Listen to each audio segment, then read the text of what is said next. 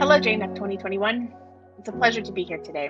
We're excited to talk about getting started with automation. If wrapping your mind around automation is rough, you've come to the right place.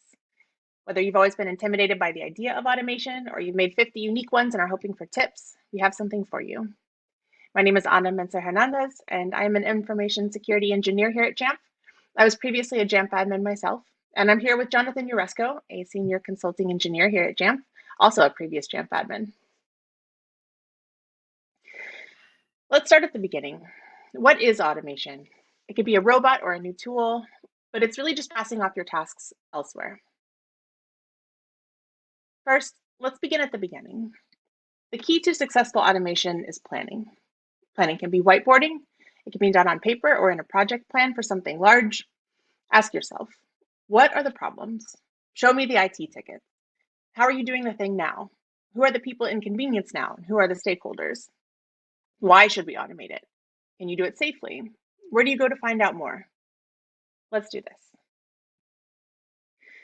There are a lot of resources we can point you to also, like previous JNUC presentations on API, posts on Jamf Nation, Jamf-specific workflows, Jamf blog posts.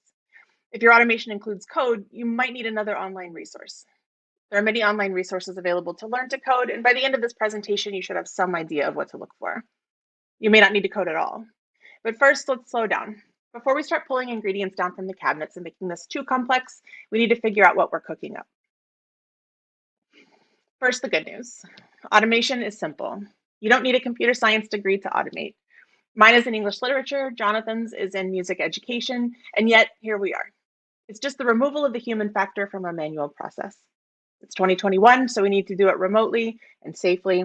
If an IT admin is removing the plastic wrap from 20 laptops a year, it may not be worth automating, but for 100 computers or for 1,000, it's an enormous lift and a waste of resources.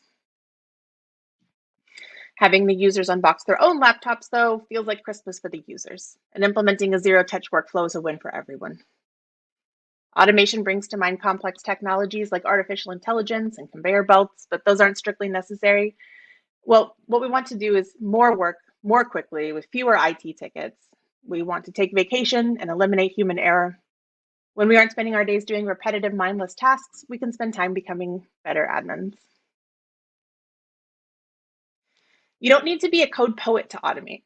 In fact, you don't need to know how to write code at all. For example, Jamf admins can automate policies using smart groups, execute entire provisioning workflows, send automated reports to individuals on a predetermined interval. Does your inventory management team need a monthly spreadsheet with specific information on assets? It can be delivered automatically. You probably noticed an ice cream cone earlier in the presentation. Nope, that wasn't a mistake. From here on out, we'll be discussing frozen treats. I like ice cream. You probably like ice cream or some other frozen treat. But what we both want from ice cream may be very different. All ice creams start with a few simple ingredients and a process called a base recipe. From that recipe, the considerations of the people that'll enjoy the ice cream are either added or removed. In my mind, I like to think of automation as ice cream. It's sweet for everyone involved. As I mentioned, everyone likes different things, or in some cases, needs certain things. Elsa may be lactose intolerant, so we need to make sure that there's no trace of lactose milk. Elsa doesn't care what else is in it, as long as she can eat it. Sven, on the other hand, likes toppings. Lots and lots of toppings. Chocolate chips, strawberries, hazelnuts, peanuts, caramel, and marshmallow, all in one ice cream. Some ice creams are complex, but some are fairly basic. Their commonality? A base recipe. Your base recipe, which is required to make all different types of ice cream, is essential. It takes time to master, and it is the most difficult step in the process. But after all that work, the rest are just considerations. So why spend so much time up front? Different ice creams seem so different and so complex, it's super overwhelming. Well, recipes are made so they can be repeated. The phrase reinventing the wheel goes hand in hand with recipes. If the end result is ice cream or another tasty frozen dessert, and you'll be making lots of tasty frozen desserts, don't reinvent the wheel. It may take some training or require new techniques, or just getting the ratios just right. Once you boil it down to a recipe, you can follow that recipe and not take the time to redevelop or investigate later. You've automated ice cream making. The next time a new ice cream is desired, you figured out all the ingredients, basic tools, and steps needed to make any of the many ice creams you can think of. This is a process, but it's a tasty one. Planning, planning, planning. When you're getting ready to execute this base recipe, you have to know the goal. The goal is to have a scalable recipe that can be replicated and is as perfect as can be. So moving forward, you have something you can rely on. Cooking is a science and an art. You want to maximize the flavor with the least number of ingredients, because the more ingredients or steps, the less efficient the process. The more tools and time the next time is needed, the longer it'll take. Is this starting to make sense? Figuring out the common denominator at a task will help aid the future tasks and not just help you be productive, fast, and efficient, but it scales. Meaning, as you need something new or a tweak to it, you have the foundation to make the changes you need. So now we know we'll need a concise goal and be spending a lot of trial and error, tasting all of the things, and figuring out what tools and ratios are needed. Now, fast forward us to having this base recipe developed. Those considerations we mentioned earlier. Elsa's lactose-free ice cream can use the same base recipe, except for one different ingredient. The milk used must be dairy-free. The process is altered by making sure extra consideration is added to ensure the bowls and mixers don't have lactose. Done. Only two things change from our base recipe and process. Sven's complex ice cream, on the other hand, all those considerations, well, the base and process are fine as it is. We just need to add his toppings. It truly makes sense to have spent all that time to plan and develop the process and the recipe ahead of time. Say your InfoSec team requires an automated report of computers and applications. They need to know which computer has what applications, who is assigned that computer, and how long each application has been run for. Oh, and they need it monthly. InfoSec's needs seem like Sven's. Lots of pieces, but when you boil it down to its simplest form, it's just a report. Another example, your team is starting to see trends in devices falling out of compliance, but you have thousands of end users around the world and can't visit each one personally. Who needs the information in this case? You and your team. What do they need? To know which devices of the thousands have fallen out of compliance. What does it boil down to? Kind of a report, but it's more like an alert or a notification. Breaking down the task into the simplest terms will allow you to focus your efforts and scale long term. Jamf Pro has a ton of buttons and it can be overwhelming. If you don't know what you need before you look, then your frustrations may overtake the excitement of automating. Like when you're working on your ice cream base, there are plenty of pitfalls and trials and errors, but the more you do it, the easier the subsequent automation building gets. Jamf's products have tremendous automations built in by default, and you can even mix and match features to automate even further. See what you can accomplish with what you're familiar with and break the process down into bite-sized pieces. The first piece is the goal. Our goal must be specific as not to be overwhelmed. What is the ask? What do you want to happen? Who needs what and how are they getting it? This is the time to think about exactly the task at hand. Send a monthly report of computer application usage to Patrick in security. Who? Patrick. When? Monthly. What? Computer app usage report. How? That's what we're solving. And perhaps the last one at this stage, provision the end user's device with both core apps and preferences and specific department payloads too. Who? End user device. What? Specific core apps and settings. When? At provisioning. How? Well, sure, this one is complex, but if you chunk it up and use methods that are tried and true, the chances of linking them together are easier than you think. No wheel reinvention needed. For the remainder of this presentation, let's work on the alert of out of compliance devices. We have our what, but we need to identify the who, the when, and the how. At its core, IT needs to investigate out of compliance devices so they can remediate. We can look at the considerations and boil them down to find the when and the how. IT manages tens of thousands of devices around the world. Why does this matter? How we get the information and alerts needs to be scalable and may happen at any time, as devices may be in any time zone, not just in one particular region. Another consideration is that we can't take away time from end user experience or disturb their work. The last thing IT wants is to be intrusive, and so having the end user add a process to their day-to-day would not be beneficial. And finally, we need to make sure that that alert is going to multiple people. If one admin is out, someone else needs to remediate ASAP. So boiling it down, we're basically looking for a report to be generated. Let's firmly identify the goal. After isolating those considerations, you need a when before you can work on the how. You may come up with a goal such as generate an alert for devices out of compliance. That doesn't exactly tell the whole story though, does it? Would you make ice cream only to let it sit, get stale, throw it away? No. You need to know who the beneficiary of the ice cream is so that they can eat it. Who's the beneficiary of this alert? How urgent is this alert so that the IT team can remediate? Your new goal is generate an alert for the IT team when a device falls out of compliance. Good. Now we have the beneficiary, the who, the deliverable or what, and the when. And now we can start thinking about the how. How does your team get alerts or information? From end users, they may file a ticket, hit you up in your office chat software, call you, email you. How do you know when a device falls out of compliance? What does compliance mean to you? Now is the time to develop our recipe for automatic reports. Everyone plans a bit differently. Some use pen and paper, some use a web-based tool so others on the team can collaborate and share information. Like ice cream recipes, you have ingredients and steps, and chances are the recipes are written down somewhere. Let's do the same. Let's put that boiled down goal we just made as the title or task of this automated report recipe. Generate an alert for the IT team when a device falls out of compliance. Let's start by seeing if we can accomplish this with the tools we already have. Why learn new ones? What options exist to get alerted or notified today? What scales? What hits multiple people at one time? What is the simplest way to get alerted?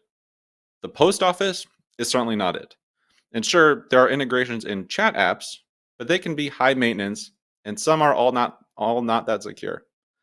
Emails are pretty common, and your team probably already has one email for everyone on the team. Or if not, distribution lists can be made on the fly. Can we use that? Maybe. Let's write that down for now, and we can reiterate later if needed. So, line 1 is your goal. Then you'll write the steps to complete. Step 1, email IT of out of compliance devices. Sweet. It's not automated yet, but we haven't boiled down the rest of the pieces. The what? What does out of compliance even mean? It can mean a device that's missing an app or two. It could mean that it doesn't have security updates. It could mean that it has too many users, as it should only have the management account and the end user's account. It could be, and probably is, a combination of all those. Or compliance could vary for different teams at the org. Are there any tools that you use to determine that? Anything that scales? I certainly don't want to send an email to every end user and ask them, hey, is your computer compliant? Jamf. All that data is in Jamf. If we look at Jamf Pro, for instance, we have inventory data for all the devices. Jamf Pro also has smart groups that we can even group the inventory data to visualize or perform an action based on that criteria. Sweet. Step 2. Use a smart group looking for devices with out of compliance specifications. In this case, use a Jamf smart group to look for devices that don't have specific apps, too many user accounts, and are missing security features. Let's recap a bit. Step 1, email the email the team of the out of compliance device. Step 2, use smart groups looking for devices out of compliance. Well, that doesn't make much sense, does it? We can't email preemptively. We can't put the eggs and the milk in a carton in the freezer before we mix them together, and you forgot about the sugar. This is part of the recipe making process. It's not the end of the world. We can swap those two steps. Step 1 is now use smart group looking for devices out of compliance. And step 2 is email the team of out of compliance devices. Great. Still not automated. The final how. We need a missing piece that connects the two in the middle. I mentioned previously that you should start with what you know and the tools at your disposal before you over-engineer that automatic solution. What can be the intermediary process that we can have a robot or, well, computer do for us? Webhooks are awesome. Truly, I love them. But they require another server, and another server or service requires maintenance. Could we do a daily scan of devices? Sure, we could script that out, but daily isn't necessarily compliant. We need to know as soon as possible, and maybe there's a tool in Jamf that can send alerts. And as it turns out, luckily enough for us, look no further. There is an automatic email on smart group change option in the automated calculation of smart groups. We now have our 4 lines written on our document or recipe. Our goal? Generate an alert for the IT team when a device falls out of compliance. Step 1. Use smart group looking for devices out of compliance. Step 2. Have that smart group send an email on smart group change. Step 3. That email gets sent out to the team with the out of compliance devices. Awesome. But wait a second. In testing, you got the email, but your team didn't. Why would that be? It turns out that whomever is logged in when they configure that notification in Jamf Pro, they get the alert. How do we get everyone notified though? We could tell everyone to set this up by checking that box in the smart group when they log in, but if we hire someone new, that is something we need to make sure that they also check the box of. And moving forward, there may be even more alerts we want, and everyone will have to press that button. Thinking back to the keeping it simple and scalable. Could we adjust a feature in Jamf to accomplish this? Yes, we can. Jamf Pro users and groups doesn't need to be a specific human. It's just an account. We can make, say, a service account or distribution list just for such notifications and make the email address of that account our team's email. This way, when we check the box to email upon smart group change, it'll email our whole team. Better yet, we can use this account moving forward to send alerts to other teams in case they'll require more alerts or reports down the road. We've successfully accomplished the who, the what, the when, and the how. We've done it. We've automated, and it tastes just as good as ice cream. One less task to manually do, one more skill to put on the resume, one less IT ticket. And better yet, we can be proactive and reach out to the end user before it's too late, or remediate without disturbing the end user at all. This process of breaking down the goal into the simplest terms will bear fruit. The more complex the ask, the more you should try to boil it down. You can see in this recipe for automated reporting that you can just swap specifics of what data is sent and who gets the data to fulfill the InfoSec scenario we mentioned earlier. And as you journey deeper into automation, you may find that you want something more customized, or that has many steps that require a potential third-party tool. I would advise to check the community first for solutions, as it doesn't make sense to reinvent the wheel. If you need to do something custom, check out tools such as Zapier or If This Then That have a slew of click and drag automations. You don't need to learn Bash or Z Shell or Python to automate. Though, once you get started making ice cream, you crave it more and more. Soon you'll be automating all the things, and your workflow may end up looking like this screenshot of one of my previous JNUC presentations. But do not be intimidated. Complex recipes are just tried and true tiny recipes all coming together to make one killer dessert. To wrap up, as Anna mentioned in the beginning, whether it's your first automation or your 50th, we are excited to see what you make and hope you've gathered some tools for your tool belt to start building robots. Resources for new automators and experiences are vast. Jamf has a ton and can be found on Jamf Nation, developer.jamf.com, or previous presentations such as JNUC videos. And of course, the incredible community of Mac admins are consistently sharing their thoughts and cool ideas in various channels and platforms. When you build something cool, share it. Your recipes will inspire others to create their own. Thank you for your time.